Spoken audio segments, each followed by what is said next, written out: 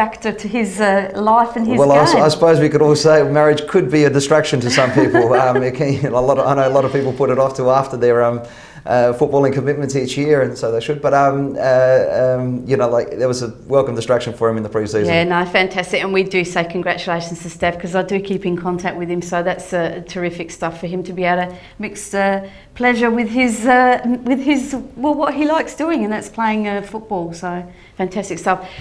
Look, you did have a couple of chances, and there are a couple of chances here coming up in the dying stages of the match. But again, great defending by Cumberland and our guest that we had on last week, Neil Young, and also Danny Greystone. He just did brilliantly for them as well. So very, very good stuff. It was interesting to watch and good to see how the two top teams fared against each other, and you know, it'll be interesting to see what the return match is going to be like, because that'll be vital at that stage. Yeah, probably would. There's a lot of optimism in the club at the moment, trying to get back into the Super League as quick as we can, and we've got Super League opposition in the Cup next week. So I know that a lot of the boys are very positive around the track on most training nights and can't wait to test themselves against Super League opposition, and they can't wait to get into it.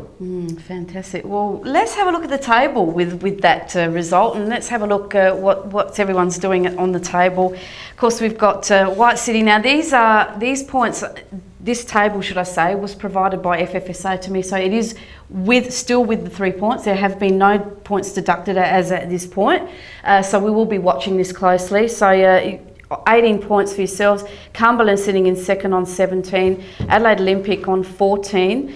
Cobras on 13. Croydon with that win move up to 11 points. Sassy on 10.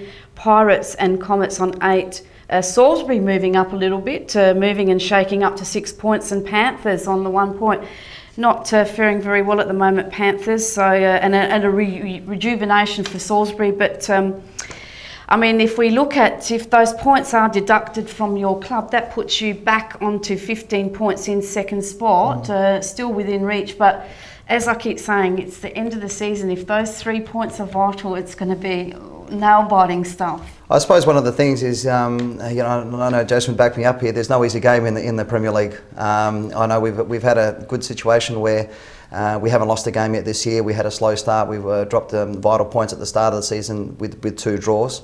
So even playing, you know, Croydon are mid-table, and we had a very, very competitive match against Croydon earlier on in the season. So there is no easy game in the Premier League at all. So if something like that was to happen, I know the boys collectively, in terms of the playing group, would bounce back as quick as they can and see if they can make up, if that was to happen, to make those points account in the future as quick as they possibly can. But there's definitely no easy game in the Premier League at all. Well, I think, Jason, you'd have to agree that any one of the 3 leagues are all are very compatible, and there are no easy games in any one of the 3 leagues. No, there's not. I mean, we played Adelaide Olympic in the Cup just a few weeks ago and beat them 2-1. They played for approximately 70 minutes with 10 men, and we still only beat them 2-1. So it's definitely not an easy league, as are the state league teams. They're all getting better each year.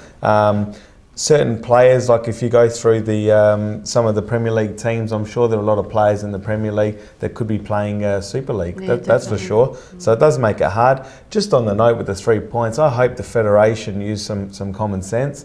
As a player, it's got nothing to do with what the players have done on the pitch, and to take 3 points and potentially lose them a championship medal or something like that for something a spectator has done is very harsh.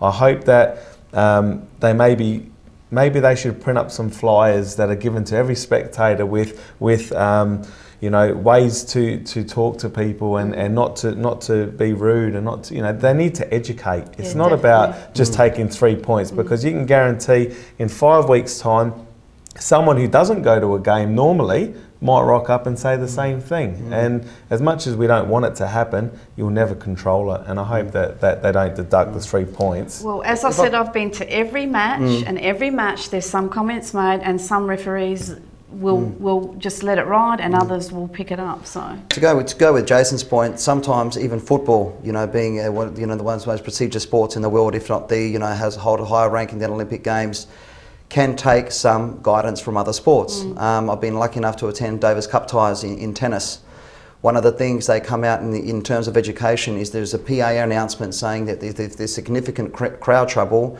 crowd interference and abuse of players or officials, it can mean loss of points to the respective teams. So there's a lot of education involved, and there's a lot of forewarning involved that this sometimes can be the consequence. Now that doesn't happen in football, but the educational part is something I think we can take into football. Most definitely. I hope something positive comes out of all of this, and that we are all educated, and if we can help educate the people out there, we would love to do so. We're going to take a short break. I want the two of you to stay with us and remain with us, and after the break we'll be back with the State League. Here we go.